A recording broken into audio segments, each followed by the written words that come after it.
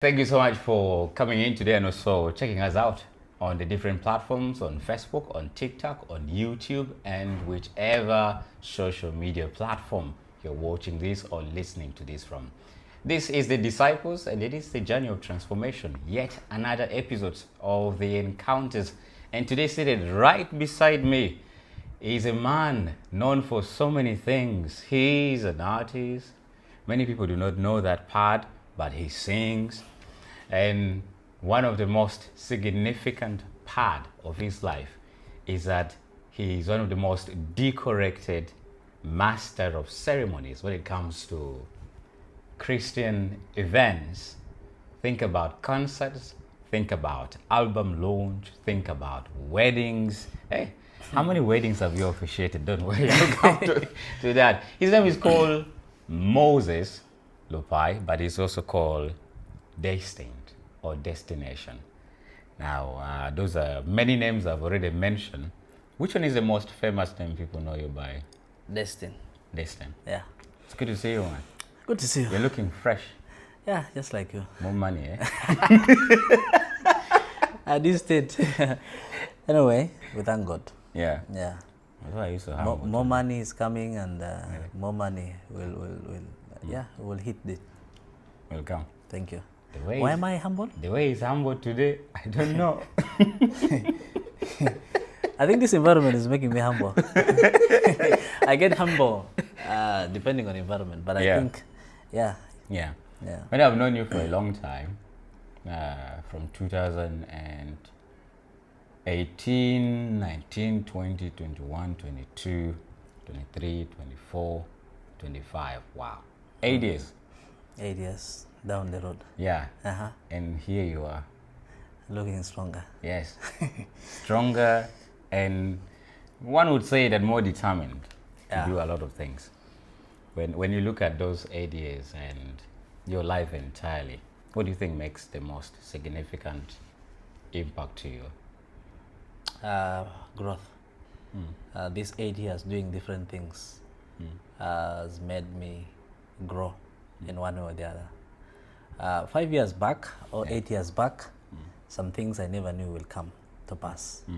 But just using the opportunity in the environment, grabbing every opportunity you get, makes me grow so much. Yeah. So I must say it's a rapid growth. Yes, it is. Because even within myself, Yeah. I could feel it. Yeah.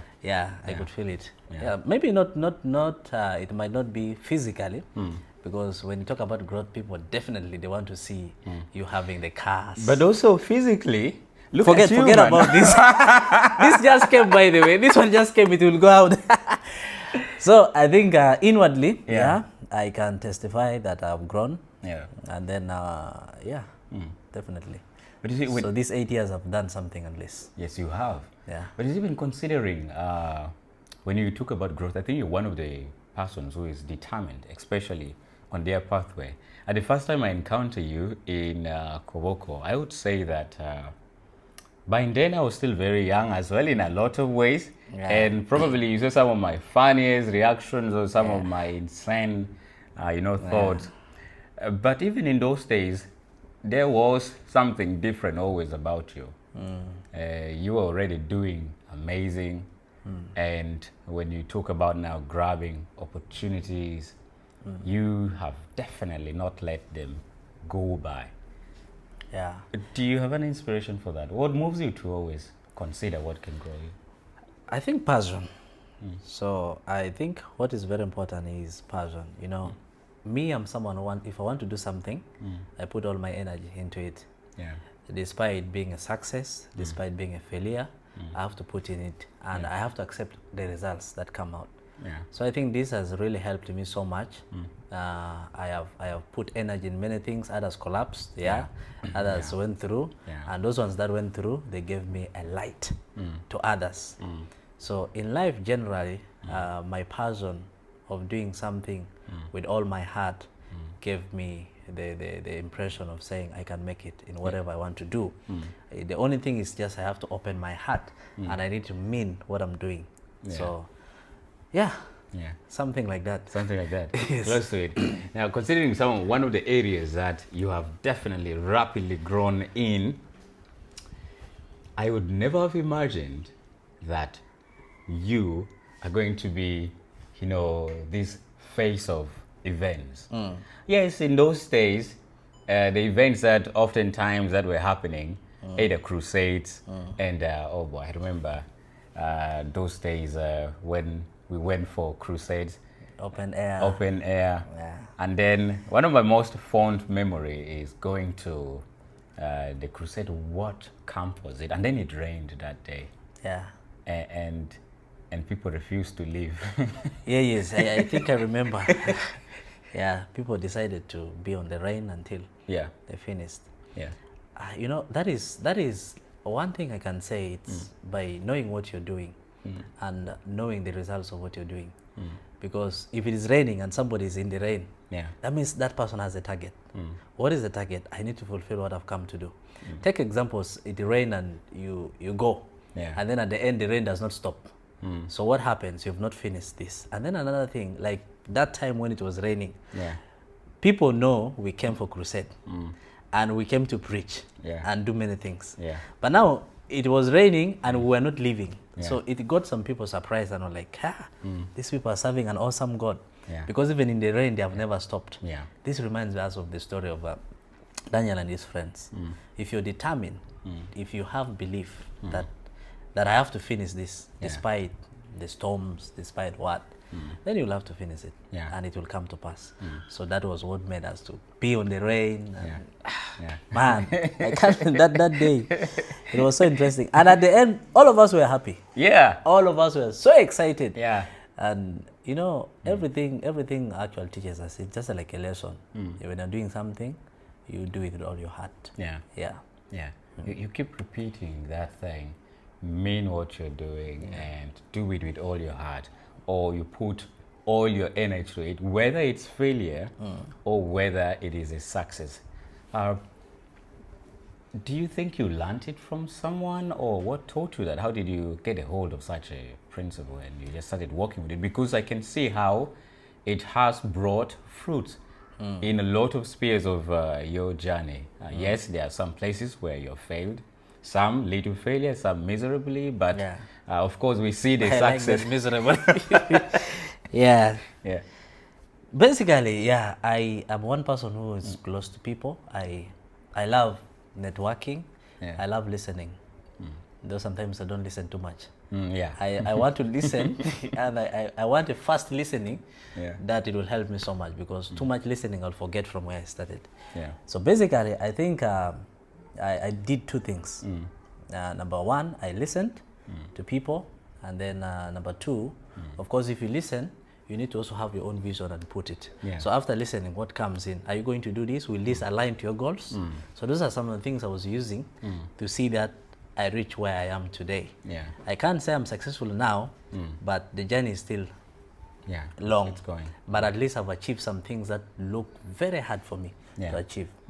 I remember when the first time, when I came to Juba, I have nothing in mind about emceeing, about what. I know these things ended in Uganda. Yeah. So I cannot come here in Juba and start doing these things again. So one thing that was very funny, when I came to Juba, some people identified me in Uganda. That's why I said being close to people is very important. Yeah. I have one of I call him brother. He gave me one of the biggest assignments.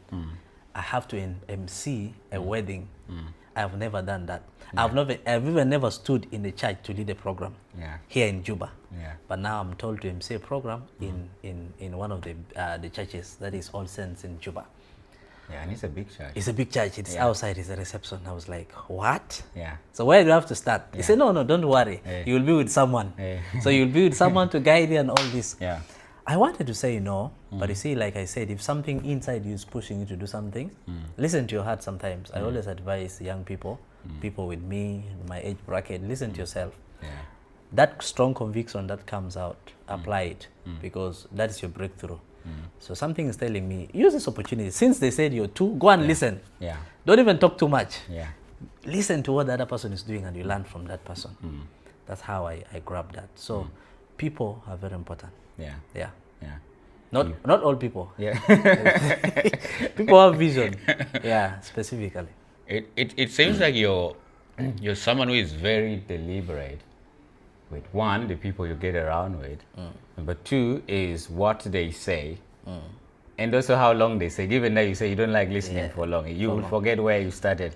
And so how do you, now if I'm talking too much, for instance, let's say you are listening to me and I start talking too much, what is most likely, how will you stop me, or how will you get the best out of all that I'm saying? Because I also know people who talk like me. I talk a lot. Yeah, basically, it's very hard to stop someone you're coming for an advice. Yeah. When the person talks too much, you tune your mind. Yeah. You've already got. These are things you don't tell the person directly. I said, I think from here I've got what I want.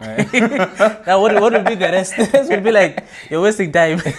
But you see, what is you tune your mind. When you've captured what you want to capture, put it in your mind. If you have something right, if you have a phone type, after that, listen to the person. Listen to the person with the intention you already got what you want. Because when you keep listening to everything he says, and yet you had one important one from the beginning, trust me, you'll forget. So don't stop him. Let him talk. But at the end, he will keep quiet. But already you've achieved. Don't be someone who grabs everything. At the end, you will miss all. You know, when you mention how that some of it you have to tune out, it reminds me, I think the last 2 days or so, I've been thinking about certain things, especially listening to people and seeking out certain opinions. And it did occur to me that back in the days, I was a guy who did not consult much with people. Whatever I decided, I go with it. And it somehow made things seem easier to do for me because, anyway, I'm not going to seek for opinion. I have decided it. I am going for it. And so it then developed for me, I developed a very strong will to the extent that if I go to someone and I ask them something, I am most likely to hear them say what they're going to say. Sometimes they might seem very true. And then sometimes conflict of interest. They will conflict, and then I'm like, I will just dash it off. But then at the same time, while I thought more about it, I realized that one of the reasons back in the days I did not consult people more is because the more I consulted them, it's like the more they dissuaded me from doing what I want to do. Or there's some people, they might not know it, but they just somehow speak like things that discourage you from doing what you're going to do, whether they are rightly or not. But there's also a possibility of that. So I was like, now how can someone deal with that? You want to do something, you have the conviction for it. Imagine that day, that gentleman who came and asked you to MC, and then you went to consult, let's say me. And I tell you, Moses, you, how can you go for such thing? You've never done this thing before. Don't ashame yourself. How do you then, from your experience, how do you differentiate what you should really do and what you should not do, even though your passion is there or your conviction is there? I don't know if that's an easy question or... that's an easy, not an easy question, I can say, but again, I will say it this way, everyone has vision, and then it's you yourself who understands the vision best. So if you've set yourself that I want to do this, right, and then the other person is telling you something else, like I said, it is your conviction, because even if you listen to what that person is saying, you might end up not doing what you want to do. Because your heart is in conflict with what the person is saying. Like I said, if your vision is, I want to start a school, for example, and someone say, here in South Sudan, you're wasting your time. Because you start a school here, but here, they close the schools, but they say all this, but inside you want this thing to come out. So the first thing you have to do for yourself is listen to yourself. Because you're the greatest achiever, you're the greatest failure, you're the greatest booster, and above all, you yourself. Because at the end, it is you to decide. Even if you give your ear to people to give you advice. The reason why I open ear to people, because I want to know, at one point you might be doing the right thing, but somehow someone can guide you to do it better. But does not change you from your vision. So your vision is yours. Decide what you have started. You make sure that you're on your goals, and if your achievement is to do something by the end of this time, you do it. The people will just give you a guideline of how you can reach there, but Don't change from how you think about it from the first. Because if you change, you will be doing someone's vision, not your own vision. Yeah. And when you do someone's vision, you'll grow tired, most likely. You You grow don't have tired, the passion for it. get frustrated, Yeah. end in the middle. Yeah. At the end, you will say, even this thing was not mine. at one place, you say, Malos, why did I even start this? Yeah. You know. Reminds me of But someone, if it's yours, yeah. Someone once said that the reason why they don't tell people what to do is because when they reach somewhere and one day things are not work out, they'll be like, my so and so told me. Yeah. I did not and want to do. That's the worst thing when someone says so and so told me, and the loss is the time you've given. You should have used that time for doing something better.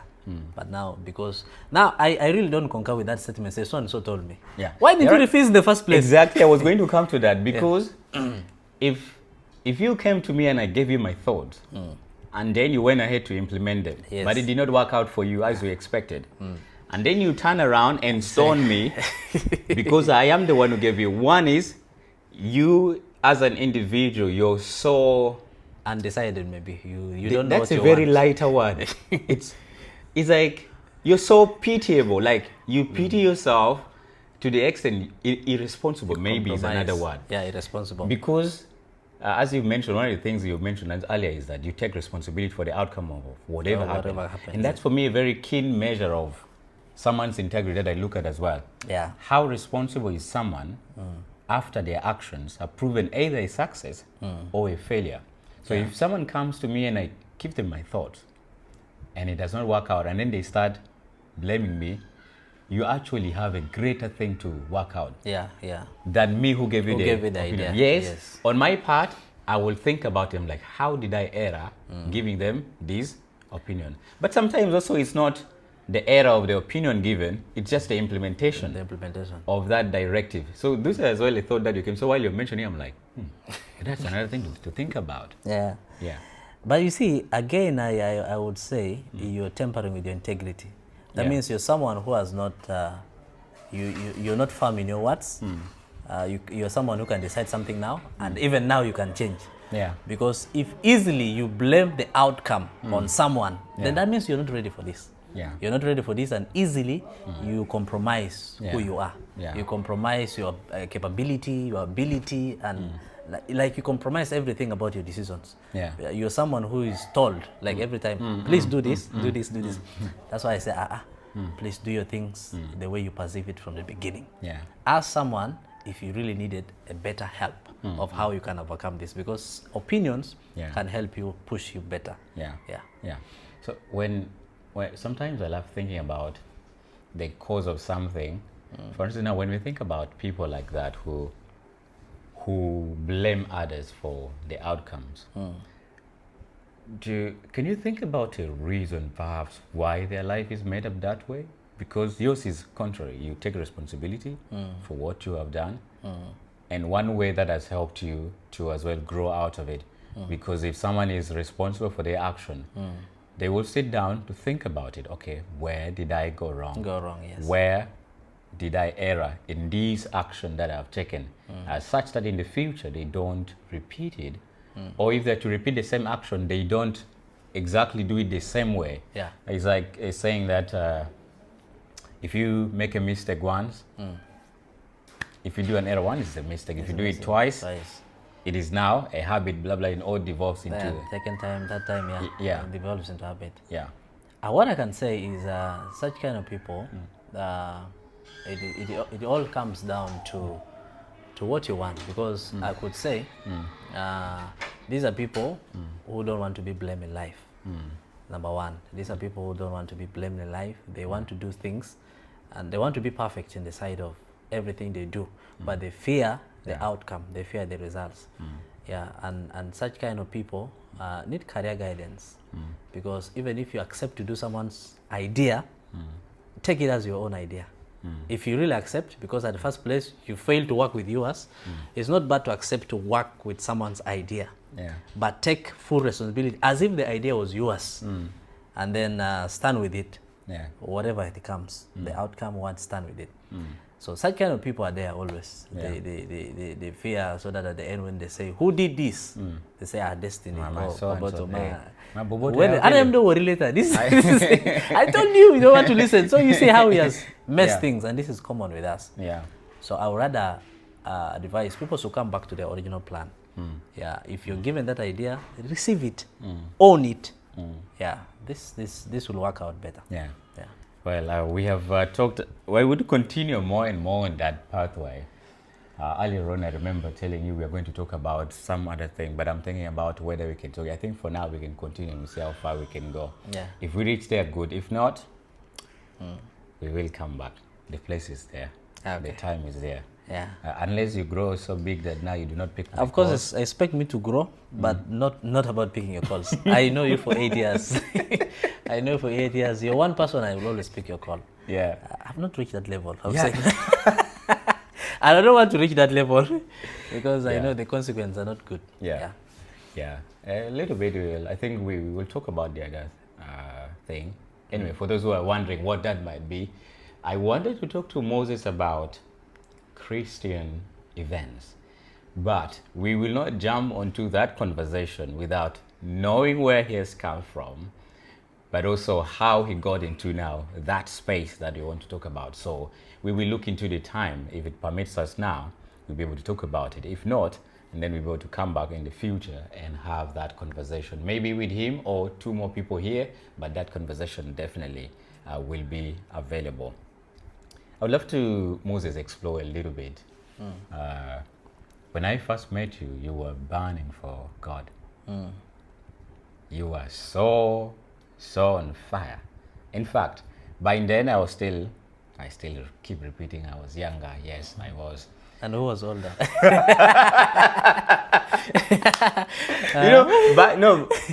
By the place where I found you, Yeah. that time I had just entered into church life. Yeah. And I really did not know how to do many things. Yeah. I was, like a baby that just was thrown somewhere. And then I see Moses is on fire. The next thing I hear is there's an outreach we want to go for. And it reminds me as well of Pastor Angupale, one of the men who Mentors, stood very, very close with us in those early years. Very simple man. Very, very, like, describing it as down-to-earth person. When you think about people as such, do you think they play a role in your life and where you've reached? Yeah. Thank you. I am here right now. It's because of a lot of people. And I must say Pastor Moses Angupale is one person who has really taught us a lot. He's one guy, sorry for saying guy, Yeah, it's okay. Yeah, he's one person who has, Yeah. it talks to us direct. Yeah. Most people use other people, you pass the message, or generally pastor preaches to everyone. But this is a man of God who can talk to us, listen to us. He called us to move with him for missions. The first time I got connected with him, it's all about mission. Yeah. He was moving to different churches, doing visits. He called, he said he wanted specifically youths. And that's how he brought me into the ministry. Yeah. So such people play better roles. It is just us. Sometimes you need to decide, do you really want such people to have impact in your life? Then if yes, you have to be available. Pastor is one of them, and up to now, his fruits are still yielding. Yes. Like his fruits are still abundant, like so much in us. Yeah. Not only me, but a lot of people who have made it out through his guidance. So such people are so important in our lives, and we really need to listen to them. Yeah. They have really very big impact to us. Yeah. Are you still on fire for God like you were? Very much. I'm still on fire. Yeah. Of course, I'm still on fire, but the only difference now is coming to Juba, many things happen. Yeah. I got to do a lot of things, just like you have said. Yeah, but I don't forget where the original me, where original me is from the church. Yeah. And I will remain in the church, and I will die in the church. I like the way you say original me. The original, yes. And that is me. Yeah. Yeah. So the fire is there. Only that now I've extended it to doing many things, like you said, the MCs. Yeah. and the music, though somehow I don't want to talk much about it. And then now the church, the media, and this. So all this is zeroed and narrowed all to the foundation. Because the foundation was Christ, and that is where I'm living. And like I said, I'll remain here.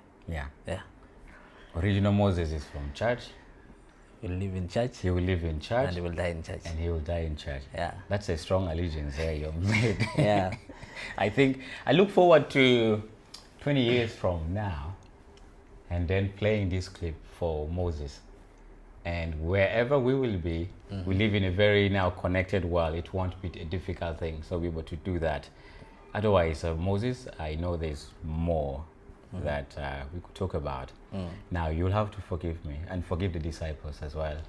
That we'll have to call you back again for us to have the conversation on Christian events. Now, to conclude this conversation, let's go back a little bit to the day you took the microphone to master a ceremony. And from then on, there are two people when you think about this space, the names come to mind. You're one of them, the other one is also your friend. And they know you people. And I know that the ones who will watch this, they will also know who we're referring to. So from then on, how did that event change you? And where we'll stop is where we'll catch up from in the next episode. Wow. I just love this experience. It's like I told you, the first time I was told, I was really so much afraid. This is a big task because I don't know Arabic, proper Arabic. This is something I keep telling people. But one person told me that this same Arabic you don't know, use it to play around with the audience. I took this. This was a very strong word, by the way. I took it. I said, this, I will use it. I did that work. I did that MC program. And I don't know whether this is how God wanted the whole thing to work because we are two. But the other guy came almost when the event wants to finish. Now I was just imagining. I could call him. He said, I'm coming. I have someone in the hospital. I'm still taking this person in the hospital. I'm coming. And event wants to start. Everybody is eyeing. When is the MC beginning? Trust me. Juba. I grabbed that microphone. Now what am I going to do? I don't have any experience. I've never even attended any wedding in Juba. But I was told this is the program. Follow the program the way it is. I got the mic. I was like, come on, mbaya. Whatever happens, we go. We move. I did the program. I started my things. I started creating jokes. I started putting people, understanding the crowd. That is most important thing. I started getting people, getting their moods. And I reached a level where I even don't want the other person to come. I was feeling now the vibe by myself. I was like, so this is how the thing is done. You are floating in the air. I was like, this is good. I never called him again. I called him almost 5 to 6 times. He's telling me, I'm coming. You're like, we are paid money equally. I know, actually, me, I was paid 20%. He was paid 80%. Because he's a senior. I'm still learning from him. This guy came late. This guy came when Aris and Arusa was inside. His speeches are almost getting over, and rain came that day. So, man, Boboto, that was a really very tough experience. So that it opened doors. After doing the program, the same person recommended me for another program. So this opened my mind. I was like, okay, so this is how things are done. Though it's still very challenging. Understanding the crowd of Juba needs time. So I was like, let me just pick it up from here. I was given another role, someone coming from outside to do a wedding in one of the hotels. And that time now I was now attached to this one that I call someone I looked up to. He's called MC Dan. We did that event together with him. And that was my second wedding. And from there, I learned a lot from him because he has been in the game for many years. And it has really opened doors, and I see people calling me, reaching me. Yeah. One thing that is motivating me so much is when someone sends you a message and say, well done, you've done well. Yeah. Your Arabic was giving us, Hey. making us laugh and all that. I was like, hey, is that a compliment? So that's my experience. It reminds me, I think last 2 weeks I went somewhere and I was ordering for a thing. The lady is just around the neighborhood there. My Arabic is worse than yours. No, who told you? You came to Juba first than me. I know. But as I was speaking my Arabic, she asked me this question. She's like, where did you learn your Arabic from? In my head, I'm like, she's saying that because it's very bad. Yeah. I'm like, okay, let me just say, I'm like, I picked it in the Picked street. it within, yes. She's like, which street? I'm like, this one in Juba. This person is so direct. I'm like, this one in Juba. And then she makes a compliment. I'm like, is she serious or she's just joking with me? Because her compliment is this, that my Arabic was sounding towards Khartoum. I'm like, man, at least you've got that is a very good one.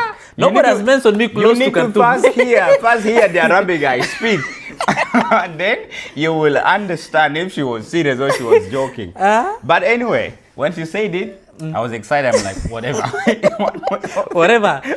One way or the other, I have spoken to her in Arabic and I have gotten what I was looking for. Yeah. I went to buy something and she understood it. Yeah, finished. And she's now my friend. I throw my Arabic. I think the advantage that gives me is this.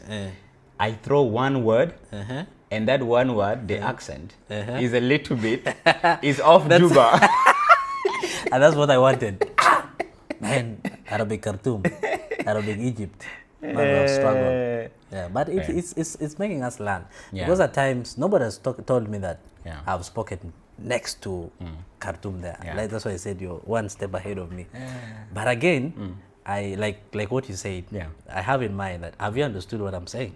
If you understand, then it's okay. Let's end it. Let's not go far. Because there is Arabic Khartoum, there is Arabic Konyo Konyo, there is Arabic even when Masir.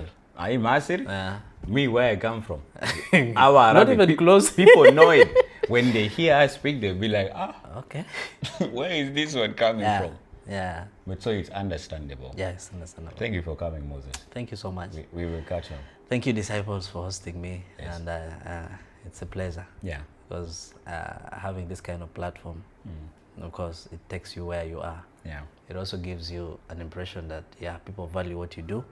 And at the end, there are people who still benefit in what you're doing. Yeah, I want to say thank you so much. You're welcome. Yeah. Well, thank you for joining me. We'll meet up again. Yeah, we'll meet up again. Now, for the Disciples, we'll have a part 2 of this conversation. I want to say big ups to Peter, who is behind the scenes. You people have not seen him, but one day I am bringing him here. It's either me bringing him or him bringing me here. One way or the other, you will see him. But thank you so much. Stay locked. Find us on all the social media platforms, and we'll be pleased to have you. Send us a DM as well if you have something that you want to tell us, whether something you want to talk about. We'll be very open to it. God bless you. Yes.